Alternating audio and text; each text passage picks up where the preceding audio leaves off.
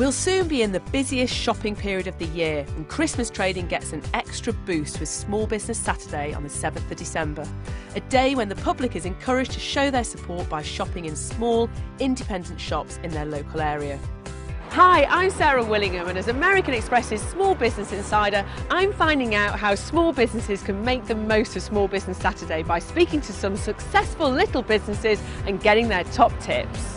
I'm here on the High Street in Hove, and I'm about to go into Florian, a local florist, and talk to Carrie and Pauline about how they're tackling the challenges of store layout and merchandising. According to new research from American Express, over half of UK businesses want to look for new business opportunities and diversify over the next 6 months.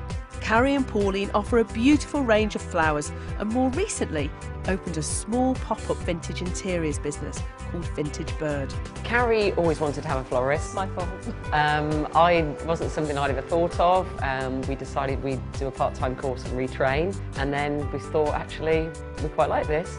It was always our intention to have giftware brought into the shop. We thought, well, if we can sell some other things, then maybe it brings in different customers that would never buy flowers. So earlier you said your busiest day is on a Monday. And that's after Sunday when everybody's had a chance to look at your fabulous merchandise. Yeah. And what I think's so interesting is when you take away the flowers from the front, your in-store merchandising is selling. I think it's worth you trying opening up the front here as your main shop window. Tip 1.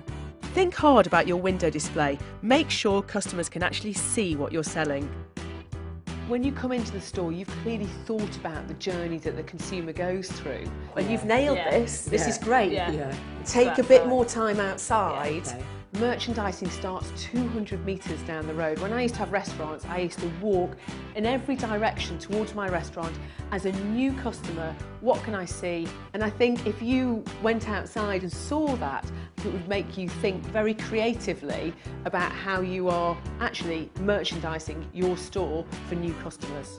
Tip 2. Remember that merchandising and branding start at least 200 metres away from your shop.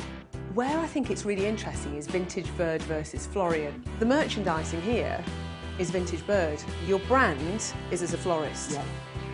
And then you look in the window and you're like, oh, what? A table? I question, could that side of the business grow as well by establishing it a little bit more here?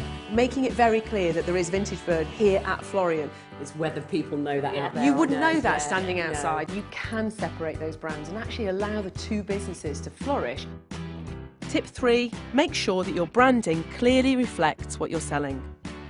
When a consumer comes through the door, what do you want them to do? How do you want them to be inspired? We want them to walk the whole shop.